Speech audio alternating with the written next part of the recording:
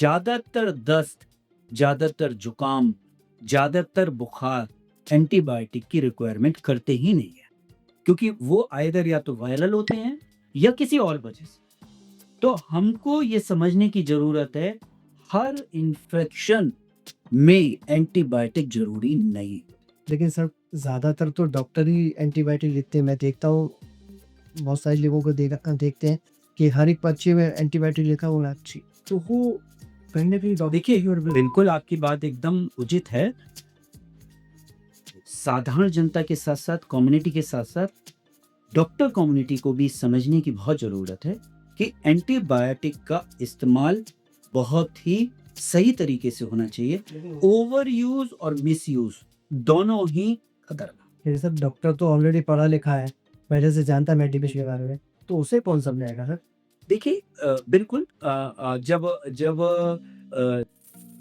जो हमारी medical science है, ये मेडिकल साइंस एक्चुअली एक एवर इवॉल्विंग साइंस है। आज से 20 साल पहले जो सही था, वो ज़रूरी नहीं कि आज सही हो। तो धीरे-धीरे हम सब समझ रहे हैं इस बात को। डॉक्टर कम्युनिटी के अंदर भी लगातार ये वाली बातें हो रही हैं कि एंटीबायोटिक को हमें जुडिशियस यूज़ करना बहुत ज़रूरी है। धीरे-धीरे ये बात सब तक पहुँच रही है और मुझे लगता है कि हम इन्हीं सब चीज़ों के माध्यम से, संचार के माध्यम से ये चीज़ों को कर पाएँ। तब हॉस्पिटल्स के जो लगातार मौत होती है, तो उसमें एंटी रेजिडेंस कितना रोल रहने वाला है सर? अगर मैं बात करूँ, एक डाटा देखें और यूजुअली अमूमन आप डाटा देखें तो बहुत सारा एक मेजर परसेंटेज हॉस्पिटलाइज्ड डेथ के लिए सेप्सिस होता है। और सेप्सिस मतलब इन्फेक्शन।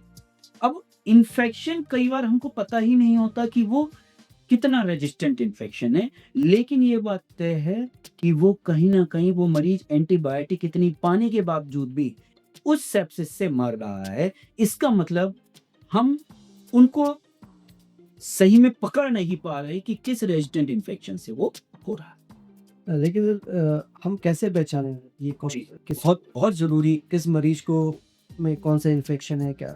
बहुत ज़रूरी बात ये है, क्योंकि इम्पॉर्टेंट है पहचानना, और यह डायग्नोस्टिक प्ले करती है रोल। डायग्नोस्टिक में जो कल्चर टेस्टिंग है, कल्चर एंड सेंसिटिविटी टेस्टिंग, ये एक ऐसी इम्पॉर्टेंट टेस्टिंग है जो हमारी बॉडी में होने वाले किसी भी तरीके के इन्फेक्शन को, बैक्टीरियल, फंगल इत्यादि इन्फेक्शंस को ये पकड़ती है। साथ में ये भी बताती है कि इस पे कौन सी एंटीबायोटिक काम कर रहा है।